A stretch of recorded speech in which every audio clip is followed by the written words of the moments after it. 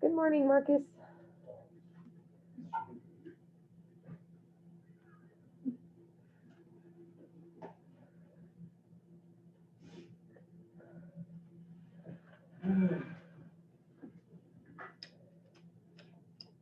Would anyone else like me to do their attendance? Yes. Yep.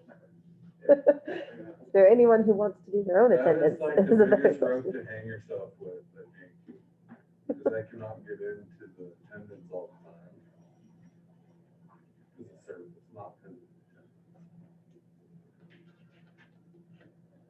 Jennifer, did you say yes too? No, don't do my attendance. Don't do your attendance. Okay. Mark me absent. Mark you absent. No, when it comes 8, or you can just do it if you're. I'm here. I can do it. If you're already clicking. And I like to Yeah, they're almost the same. Not Marcus, yeah.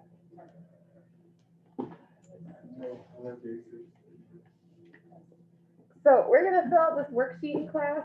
It is electronically available on Moodle. I printed out a few. Who would prefer a hard copy? Okay.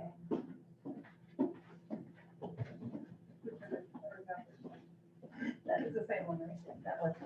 Yes. Thank you. You're welcome.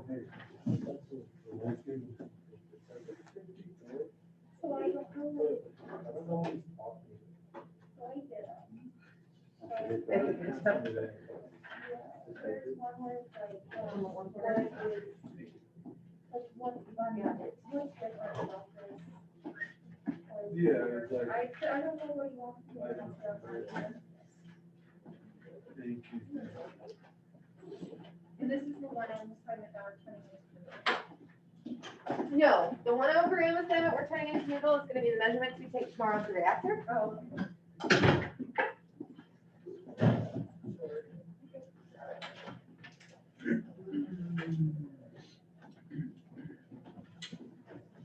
Amber, we're filling this out today. Do you want a physical copy or do you want to use what's online?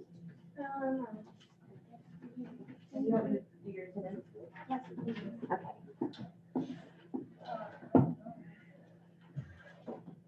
And I'm sorry, I didn't think to print one for you. It's what's on Moodle. So you can fill it out electronically or I can print another copy.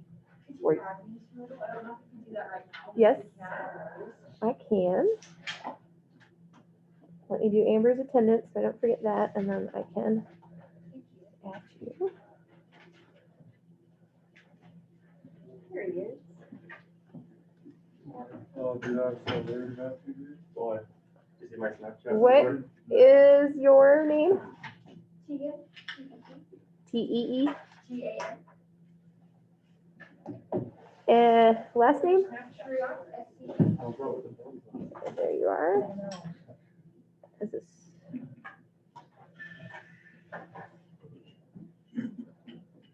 So I can only add you as a student, I remember my first time. but I think that's fine. Even though I think it's gonna show that you have to submit stuff, which is not true, so hopefully that's the right way to add you to Moodle. If it's not, if you could just, I think ITRC can switch it once you're in here, so you might tell them like, because I know there can be non-editing teachers, but I don't know what the right name for a note taker is. So if it starts telling you in Moodle that you have assignments due in this class, just talk to ITRC and get them to switch you to whatever the right category is. Yeah, so you can see Moodle now, hopefully. Caden, we're filling out this 1 over M worksheet that is in Moodle. I printed a few. You can either look at it online or I can print one more. I'll just use mine. Okay.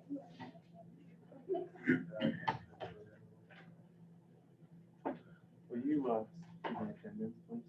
Sure.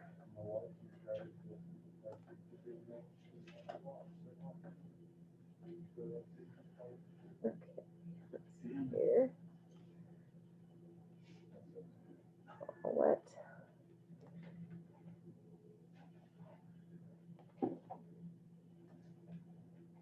Are you turning this paper in? No. We're gonna complete this in class for your benefit, not for a grade. And then you're gonna do this same process tomorrow at the reactor, and that is what you will turn in.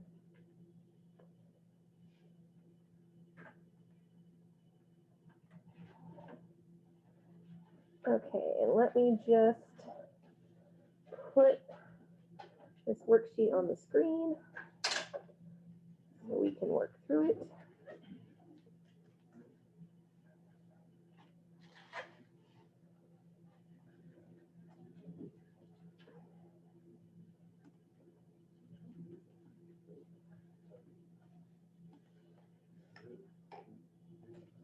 Okay, so Marcus, I'm going to share this. So yesterday, that's not on. Yesterday, what I tried to do was just have us work on how to put the data in a graph. Today, my goal was to show you how to take raw data and make the numbers that go in the graph, right? Because I provided you all the numbers yesterday. Tomorrow, you're going to actually have to collect the data at the subcritical assembly, put it into a table similar to what we're doing today, and then graph that. So I'm kind of just going backwards in adding steps. Do you have a question, Kyle? So, do we take a sheet, do like we print another one of these off and take it down with us, so like? I wouldn't print another one of these because I put count rate data in that middle So column. this isn't- Okay. This is what you're going to collect. And this, except instead of rod position, it will be number of fuel plates. So you could modify the Word document on Moodle to create one that has a table like this where you can record data. But I wouldn't use this exact sheet because I put some of the data in. I made some up for us. So, first question. Your reactor operator tasked with withdrawing a control rod to take a reactor from shutdown to steady state low power. What are we measuring to predict the rod height where criticality will occur? 185. Counts over. Yeah. Neutron flux production. It is neutron production. And specifically, when we're going from shutdown up to steady state power, what term describes the kind of neutron flux we're counting? What'd you say? I said inverse. Subcritical multiplication. So we're measuring or counting subcritical multiplication, which is a type of neutron flux, because neutron flux just means the movement of neutrons in our core, right? But specifically when we're going from shutdown, and we could go from shutdown to high power if we wanted. And we count subcritical multiplication until we got to low power, and then we'd be counting regular multiplications when we go from low power to high power, right? But that phase from shutdown until we reach criticality is subcritical multiplication. What item would you need to add to the core to ensure you can measure the neutrons as you perform that startup? Neutron detector. Yes, that is one. That's not the one. Even with neutron detectors, you still can't detect low-level subcritical multiplication unless you have this other item, though. It's a physical item, It is. so it's not boron. It's not boron. The startup source. Startup source. Okay, so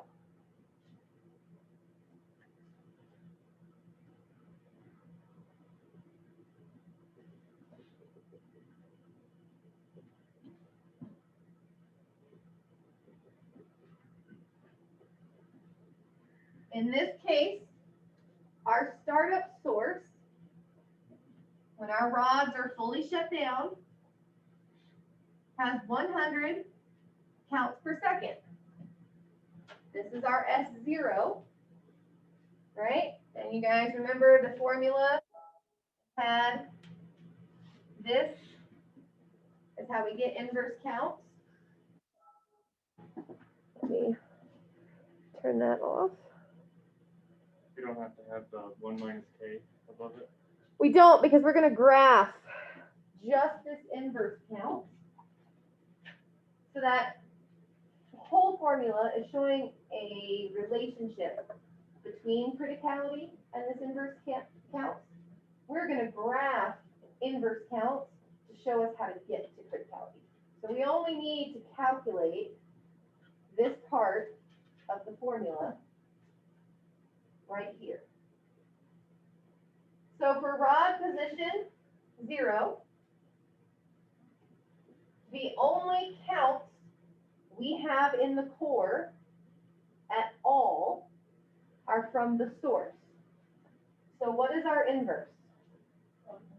1.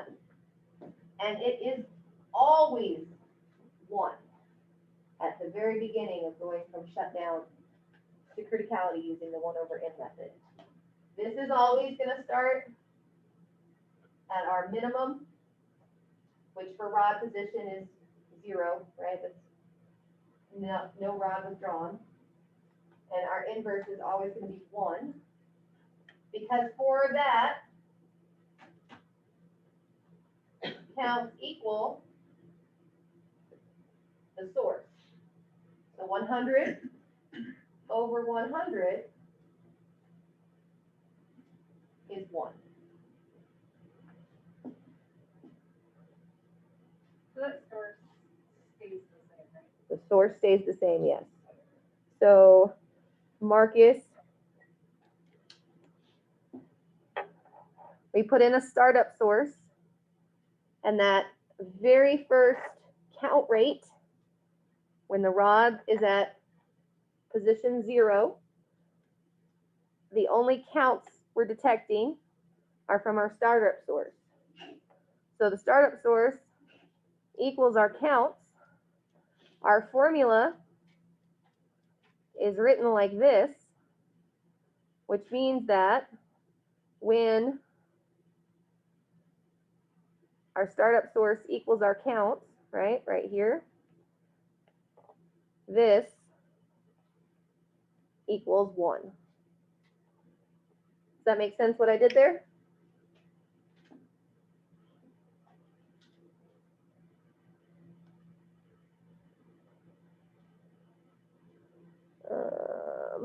Your chat disappeared. There we go. Okay, cool. All right, so switching back to the screen. Can you see the worksheet again?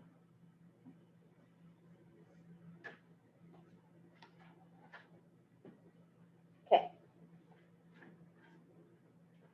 Now we're going to remove our rod 10 centimeters.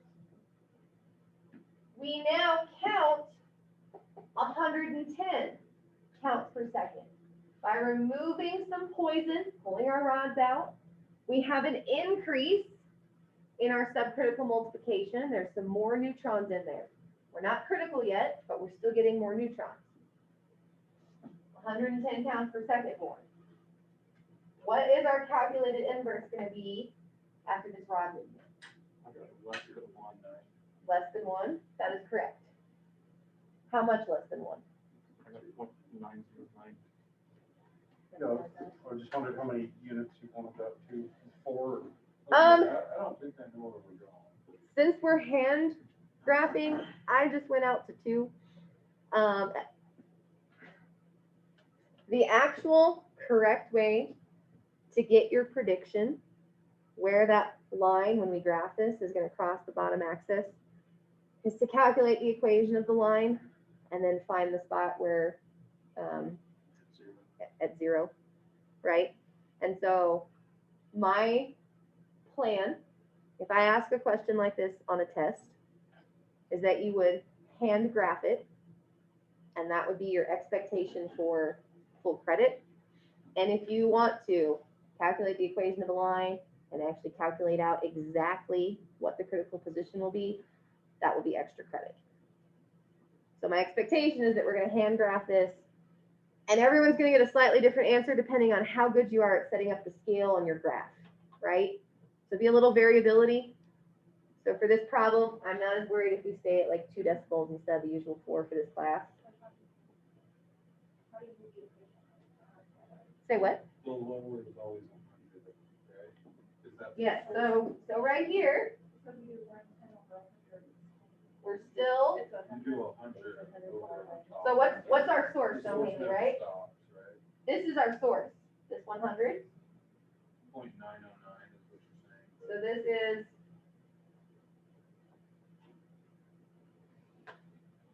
and what was the second digit? 909, So, 91.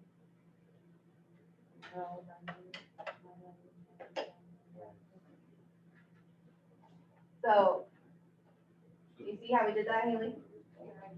Okay. So just clarifying, I guess, when we graph this, we'd have either rod position or like number of plates on one side of the graph. The count rate's gonna be on the other side of the graph, and what we're plotting is the calculated inverse. Yes. To find Your bottom The bottom would be rod position. is gonna be rod position. Your horizontal axis is gonna be this inverse. It's 1 over m. Oh, so what we're plotting is the count rate. Yeah, so our graph is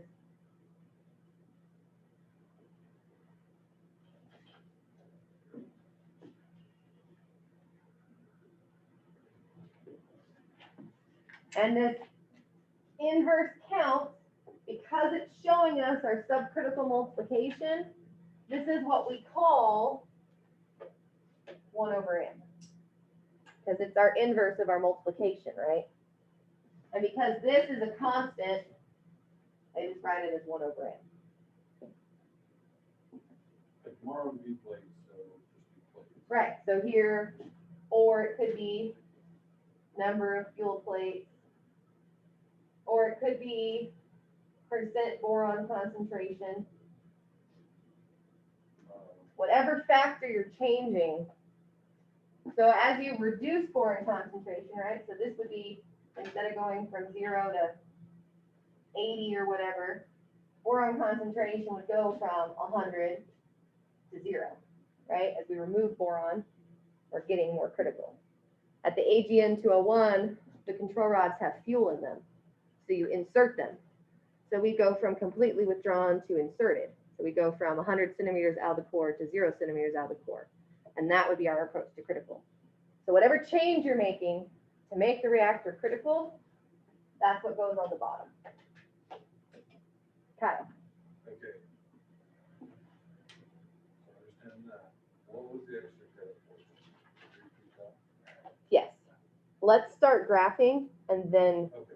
I'll say that again because I think it'll make more sense there. So we have our first 2 points, correct? So take out a piece of graph paper, plot the first estimate of when you think this thing will go critical. Yes.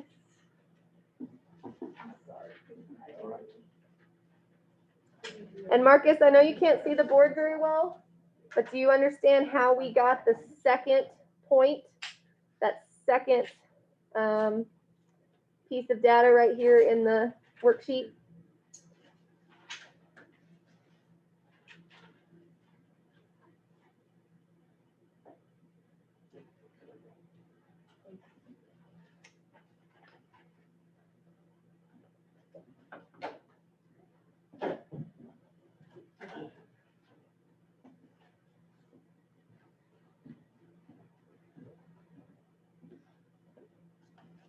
Okay, let me share the notepad and I'll show you what we did. Okay, so the table looks like this. It has rod position in centimeters, has our count rate in counts per minute, and then we have our inverse count, right? The first set of data here.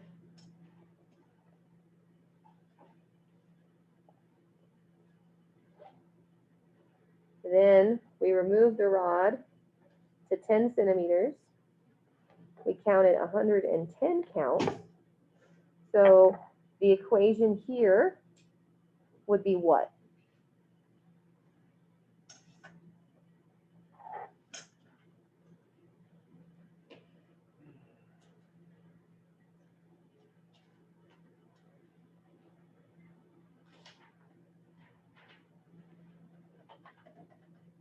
Correct.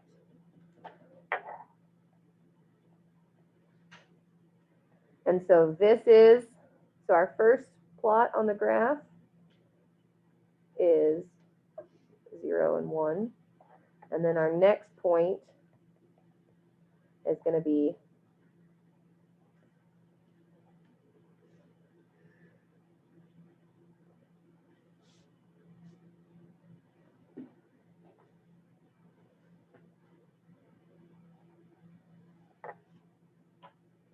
so then go ahead and graph that, and then take your straight edge, put a line through those two plots until it crosses the horizontal axis, and tell me where you think this reactor will go critical.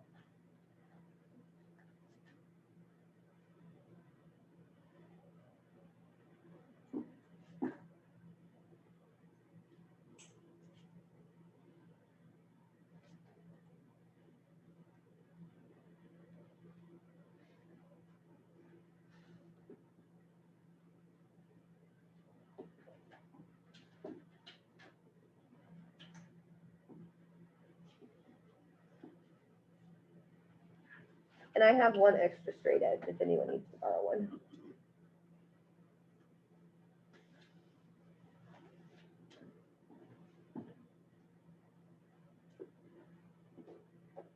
Oh, I mean. You what? Yeah, Kate has it. Oh, okay, no, you're good, I'll borrow it. Thank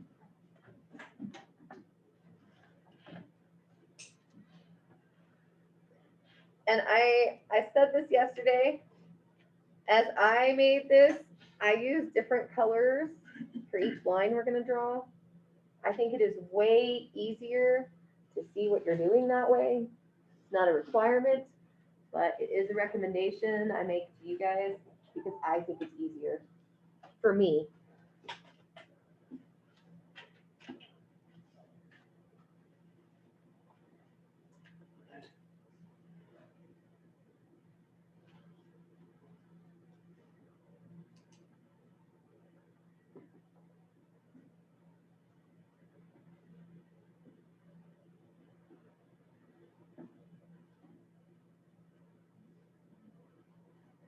Anyone have an estimate? Yeah, you want 110 centimeters. Okay, 110, 104. Anyone get something significantly different than that range? Yeah, so, you. Well, I'm just an infidel. 70? yeah, I Okay, don't think that's right. I think that might be a little narrow. Yeah. A little low. Man, you even have straight edge. So here and here, so why did you drop the dot points here? This one? Well, this is one line, and then this can be a separate line. Okay, so this is, because we are at 0 and 1 and 10 and 0.9. So 0 and 1 And then the and 10. then 10 and 0.9. Oh, So it you needs to be a shouldn't little bit connect higher. there, right? It will be something out here because you're only connecting these two, not the third. So this one's gonna be higher. This point right here is gonna be higher. So that's gonna come out way out So there. this is 0.75, this is 0.8 something, that's 0.9, so it might be a little higher. But you connected all three of these, Mhm. I just want you to connect Those two. those two. Yeah, that's gonna make that a different prediction. Yeah. And I made this really long, so it's kind of. Yeah, probably doesn't and help. how you draw your scale and how well you are at drawing your scale will change your numbers a little bit. So I'm gonna just pick the average there between 104 and 110. Are those the two answers we got? Everyone get an answer in that range? Okay, so I'm just gonna say our first prediction is 108.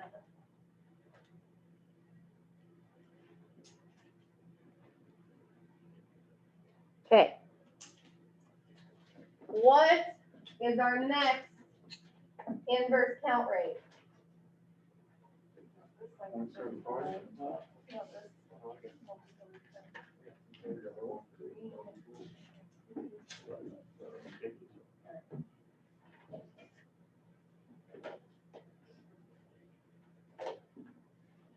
So our next inverse count rate, Joe got it? Everyone able to get this? So we're not changing our top value, right? It's now count 3.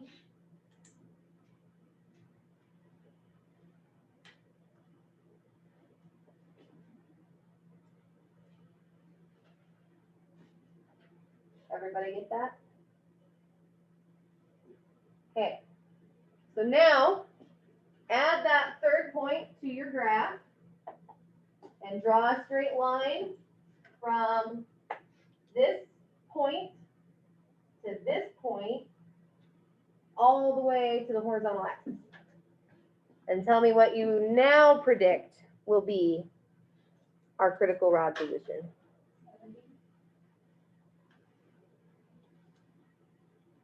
70.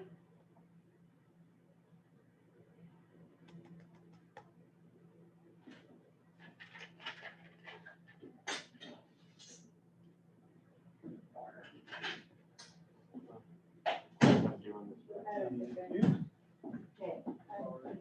This one is this one, right? Right, yep, so now we've got 0.9 and now we've got 0.75.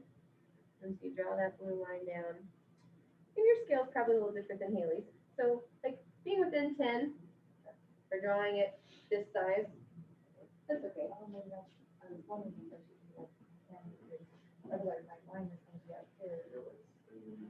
Yeah, and that's the hard thing, right? Knowing how to draw your scale is gonna change how you get your answer.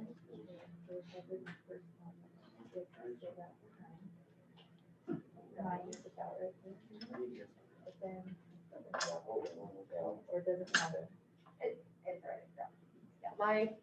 I also made that same mistake. My first line went off my scale. So just go ahead and draw it. Yeah. Because what you would do is you'd redraw your graph and you got it on scale, right? Okay.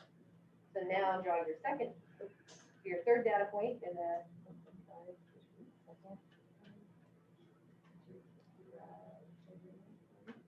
now draw a line to the last data point, so that one you just made.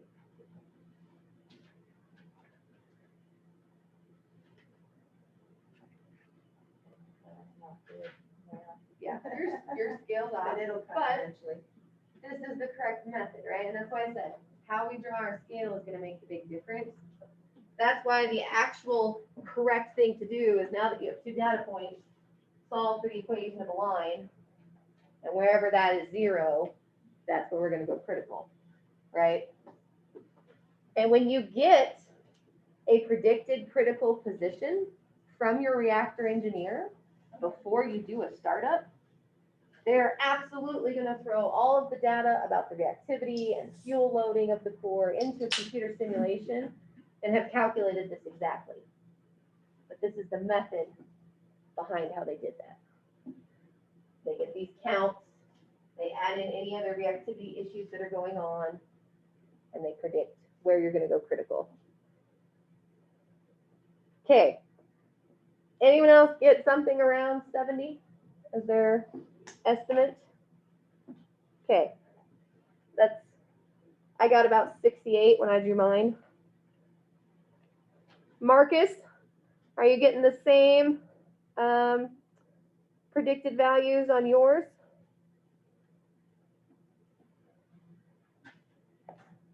Okay. That's within the margin of error of our drawing. Okay, what's our next inverse count? 0.42? Oh, 0.58, sorry, 0.58. See what I got. 0.42. That is what I got. Which, my stuff is like, kind of went down. There's no like, in between. What do you mean by kind of went down? Well, didn't go at 5.8 and 4.2. Right, for G class. That's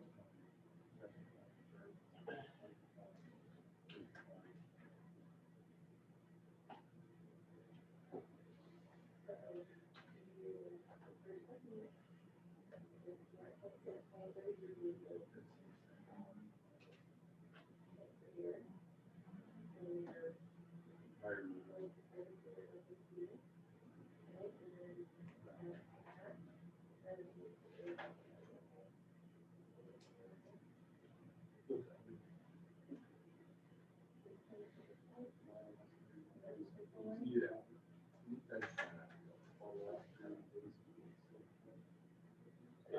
Kind of goes down.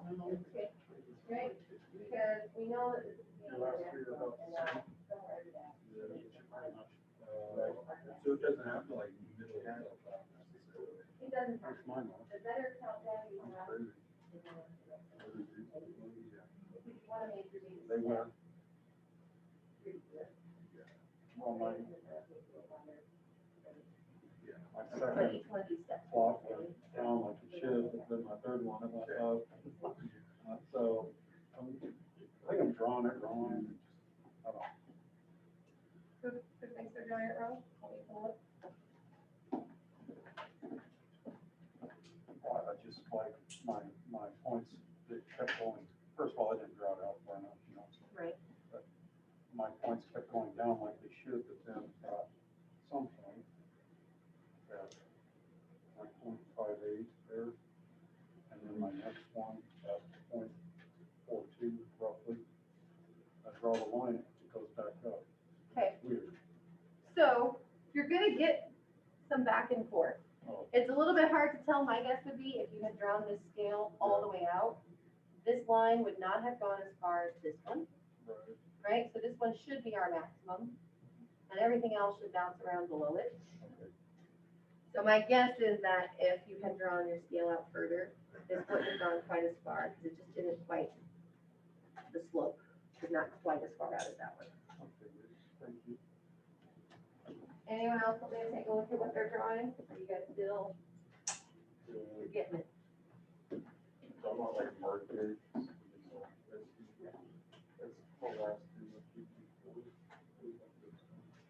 So your first one was this. And the second one was this. Something like that, right? Okay, so you don't go from the first sample, you go from the two. There's two. And then there's the third prediction. So that's the first one, that's the second one, that's the third one. That makes sense? Yeah. Okay. Is there another name for this? Is it like interpolation? Yes, that is the technique. We're specifically applying it to subcritical multiplication. Alright. I think I've done this with numbers. Yeah. Not pictures. That's the mathematical concept. This is applied to subcritical multiplication. Okay.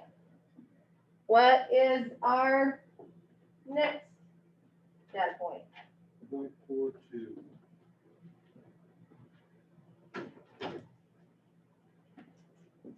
And sorry, after the last one, after the 0.58, what were people predicting is critical? Just below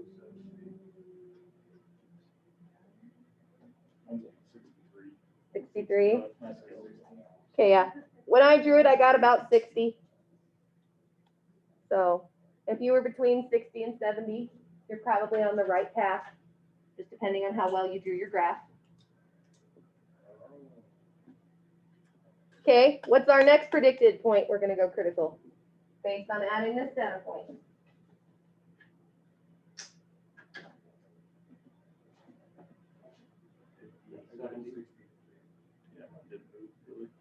Didn't move very much.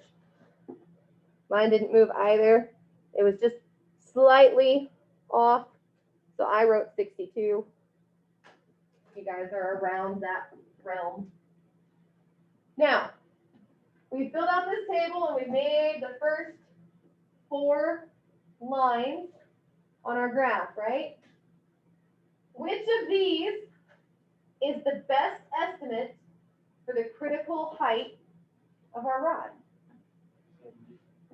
Why 70? What's the right one? You got it. I like your logic, Hayden. Could it be between 60 and 62, since 62, like your dot bumped up a little bit, Okay, or would it just be the last one, 62? I'm asking you. What do you think? 62? How many people think that your last data point is your most accurate? How many people think the most conservative answer is the best estimate? 60. One vote. What do you think, Marcus? Last data point or most conservative data point? Which would you base your critical prediction on?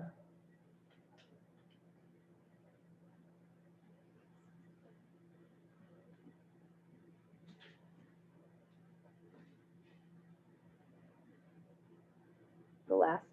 Okay. So you have the most data for this last data point, making it the most accurate. But usually what will happen is until you are closer, or these, until you are getting more, even more data, where these are so close, you're gonna base your critical prediction off a slightly more conservative value, right? As we get more and more data, our numbers are going to kind of oscillate between a value that stays pretty close, right? And then when we start getting the same number in a row, that's when we've hit critical, right? So our next number could be 60 again, and then we could get 61, and then 60 and 60, right? I'm not saying that's the right answer, but that would be kind of the trend. We would expect something like that. So if we conservatively say we're going to go critical at 60, so I'm going to approach 60 very slowly instead of shooting for 62 centimeters. We're going to be pretty close to critical based on this trend, but we're still going to be safe. So if you said the most recent data point, you are correct. That's the most accurate data. If you said the most conservative data point, that's what we're going to actually use because we're going to build in a margin of safety. Any questions on that? Okay, go ahead and fill out the last 2 points on your graph. Put your calculated inverse in the table, and then tell me where you think we're going to go critical.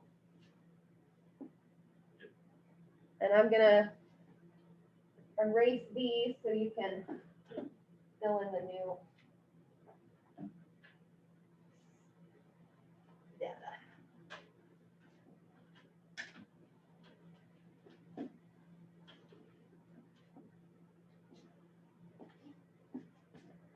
While you guys calculate that, I'm just going to first real quick. I'll be right back.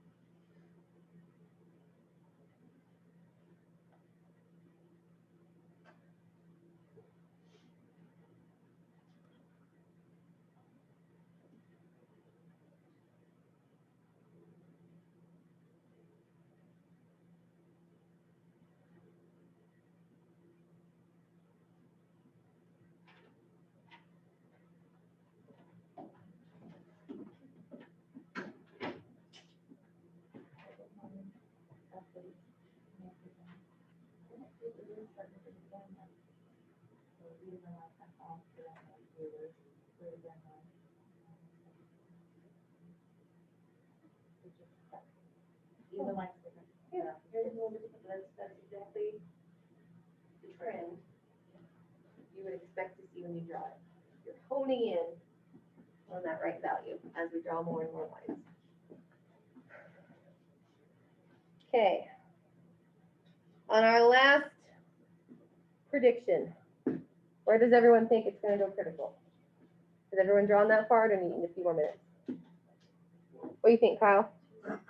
So mine went up after that Okay, to 66, 67 centimeters, and then the final one was like 68 centimeters. okay. So right in that upper 60s range. But you still take the conservative out of all of them, so like up in number 3, you still use 60. I would say a good rule is to take the conservative value out of your two most recent, Okay. because that's what you have the most counts for, the most data that you've been able to collect. And so your actual value is likely going to be somewhere between those. So I'd take the conservative of your two most recent points. But it doesn't hurt anything to go slower. It does not, absolutely. So if on a test question you said, my graph is showing that it could be somewhere around 66, 68, if you had Kyle's numbers. So I'm going to assume a prediction of 66 centimeters and approach criticality there. That'd be completely correct. Because it says, I understand the data, I understand conservatism and operating in a safe and controlled manner, and I'm going to make this decision based on the data I have. Anyone get slightly different numbers than Kyle? Anyone else want to share their prediction? What did Kyle get? I got 66 and 68 with my graph. Yeah, like right at 60. 60, 65. Mine ended up being 61. So if you're in that general area between 60 and 70, probably all did the approach correctly, and it's the difference in how well we drew our graphs. Which again, is why you would actually take the equation of the line and find the exact spot where it crosses this axis instead of relying on your drawing, right? So y equals mx plus b. Yes. So if I give you this question on a test, I am looking for you to draw something like this and base your answer on what you drew and how well you drew this, right? Because that tells me you understand the method. If you want to find the equation of each line or the last line and actually calculate where it should cross, I will give you extra credit on a problem like this. It's not going to be required to get full points for the answer, but it will be extra credit because then you're getting the calculated answer instead of just your drawing. So that kind of goes back to Sam's question yesterday. Is there a way to calculate and check this? It's get the equation of the line for the last two data points that you're measuring and solve where that crosses the horizontal axis. What was your question? Can I see your graph? I can't see the graph. You want them this big? As long as you can read your graph and I can follow the steps you're putting in, it doesn't have to be that big. I don't like drawing them small personally, especially because if you go small, you're likely to realize it's too small for how much data you end up needing. The 1/MLab at the reactor that you guys are going to do tomorrow, when they do that lab and have students handle the fuel, which unfortunately, since we don't have dosimeters, we can't handle. We're going to have to tell them where we want to have it put. It can take like 3 hours, and you're counting a tremendous amount of data. We're going to do a little bit abbreviated version because we only have an hour class time. So you're going to get a little less data, but it's hard with the amount of data you can generate. And then a very first prediction, like you guys can see, my first one went off my scale, right? So I didn't actually get a prediction on the first one. If I really wanted to turn this in, I'd have to redraw this. So I do get a prediction on my first guess, right? But that just is part of learning how to use this tool, as you got to adjust your scale. So if we have that on our test, we have one that's outside of where it's a test and you have a time limit that you're working against, I won't take a ton of points off. Just say my estimate is somewhere off scale, right? I'm not gonna, because there's a time limit on test, I'm not gonna make you redraw something multiple times. I will try to make it something that can fit on the page. Does that make sense? So if I just do the calculation for line for coast cost lines, that's just like the slope intercept formula. Yep. Y equals mx plus b. You've got two data points. You've got a y and an x. And you can figure that out by setting your bottom value to 0. Okay. But if it was going off the scale, we just told you where to put it. That's fine. Totally, I get it. All the points. All the points. Because that shows me you understand what you drew, what you need to calculate, and gave me a value grade.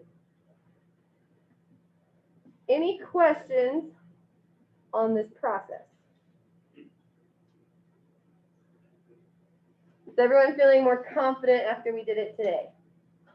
A little better understanding than where we left off yesterday? Okay. Anyone have questions about class tomorrow? Sam?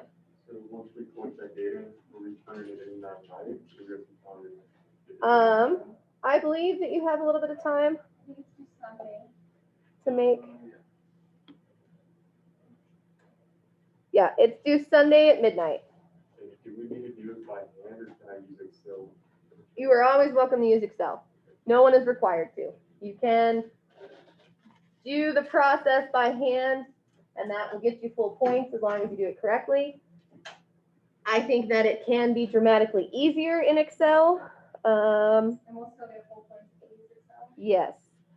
I did my answer key originally in Excel. So the only thing I'll say about Excel is that it can be a little hard to show each separate point, right?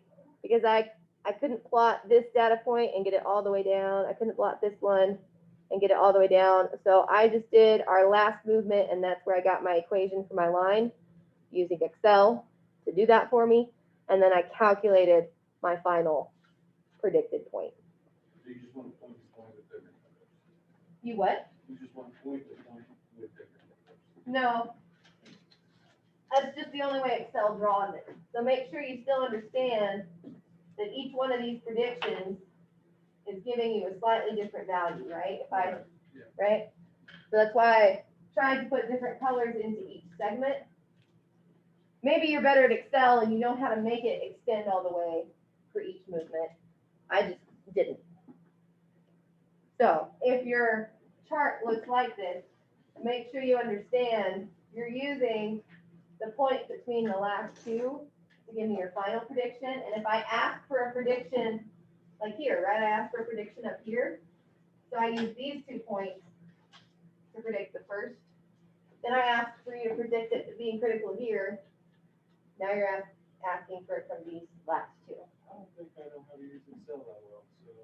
That's totally fine. You can hand draw it and scan it and upload it. I think I'm gonna have to draw it down. Let me share that with you, Marcus, so you can just see what I did. Okay, tomorrow at the reactor, make sure you're wearing long pants, closed-toed shoes, and your face shields with masks. And I'll meet you down there. They confirmed today that they'll be there, so hopefully we don't show up at 8 a.m. and are missing somebody like we had the lab last semester. Do you have any more face shields? We gotta move it. Gail does. Yep. Any other questions? May I photograph your graph? Yes, you may.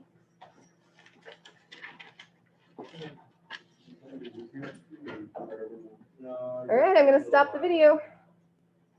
See you later, Marcus. Oh, are we?